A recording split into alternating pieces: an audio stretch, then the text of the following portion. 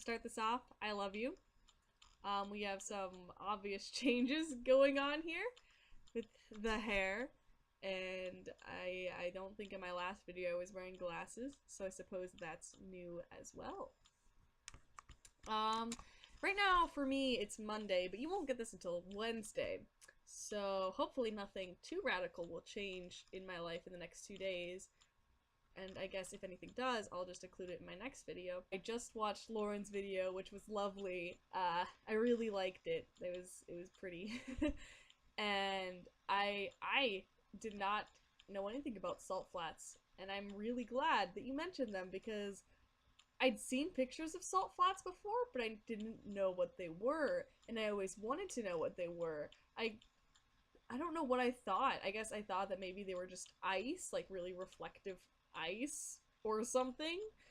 But yeah, I'm really glad that you brought it up because education, I guess. I've always really liked salt flats when I saw pictures of them, and I think one of the reasons I like them so much is because they remind me of one of the mini boss battles in Ocarina of Time. Nerd.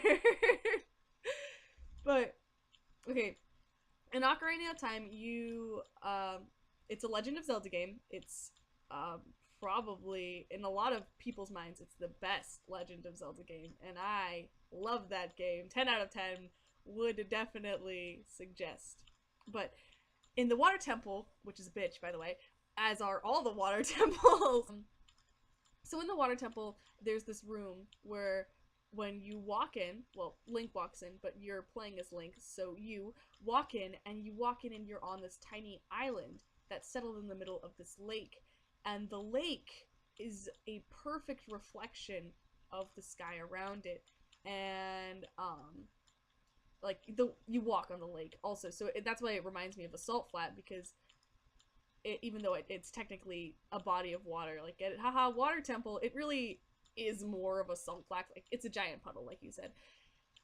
But there's like, it's a gorgeous landscaping idea. But in that room you fight your doppelganger, and the actual name of the character who you fight is Dark Link, but that always, I don't know why, I call him the doppelganger, and I feel like that'll piss a lot of people off, but I also feel like I don't care. So yeah, so fight your doppelganger, Dark Link, and the issue with fighting him is that the doppelganger uses the Master Sword, which is Link's weapon, like his default weapon, and that's the weapon that you primarily learn how to use, and all the other weapons are just weapons that are specialized for their zones, which doesn't mean that they won't come in handy later. It just means that it's easiest to default on the Master Sword. It's your default weapon.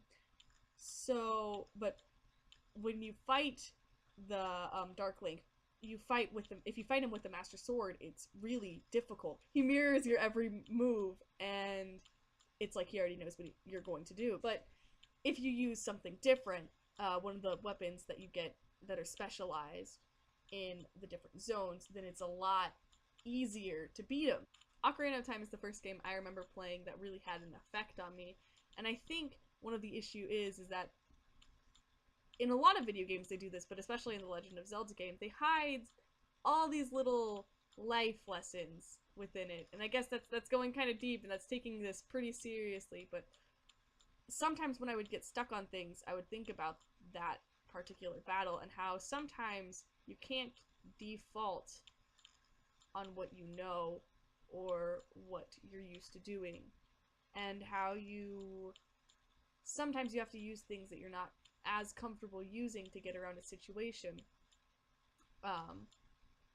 So I think that's just an important thing to me, to realize that sometimes if you're getting stuck, it's not always a lack of yourself that's an issue, it's a lack of wanting to apply what else you know other than the very central parts of yourself. And that really has nothing to do with wanting to be a salt flat. And actually, now that I think about it, sounds kind of offensive to what Lauren was saying. I'm sorry, that's not what I meant at all. But I think salt flats are a beautiful thing. I think that wanting to reflect the sky is a beautiful goal. And I love I love the sky too, and I think I love the ocean more though. It might be divided with you guys. Ah, the ocean.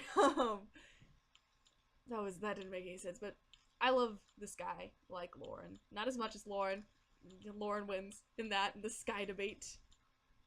But I think wanting to reflect the sky is a very good aspiration because the sky is so varied and it's a lot different than just reflecting the core parts of yourself when you have to reflect all these different things. Like Lauren said, like going throughout so many different time periods and seeing so many different sunsets and sunrises if you're awake that early or if you stayed up the entire night and watched it from a rooftop. But, or like mid afternoons, or storms, or snowdrifts. That's not a sky. Um, but I think that's important is not only being true unto the core of yourself, but being true unto all the little other parts of yourself that make up you. Because you can't always just default on one thing.